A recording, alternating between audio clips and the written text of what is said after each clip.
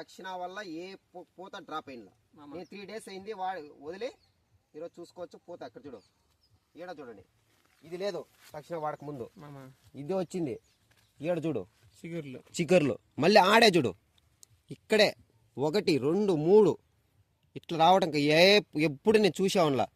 నేను చిన్నప్పటి నుండి వ్యవసాయం చూస్తాను. అగినే ఇటువంటి దక్షిణ మాత్రం నెంబర్ 1.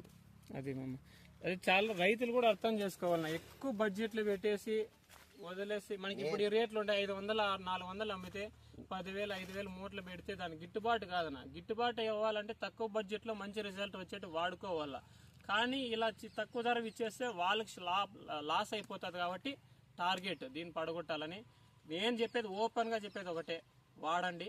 నచ్చినా చెప్పండి, నచ్చకపోయినా చెప్పండి. వేల మంది రైతులు వాడినారు. నెగిటివ్ ఫీడ్బ్యాక్ లేని ప్రోడక్ట్ రైతుల నుంచి, మళ్ళీ డీలర్స్ నుంచి ఉంది. డీలర్స్ అయితే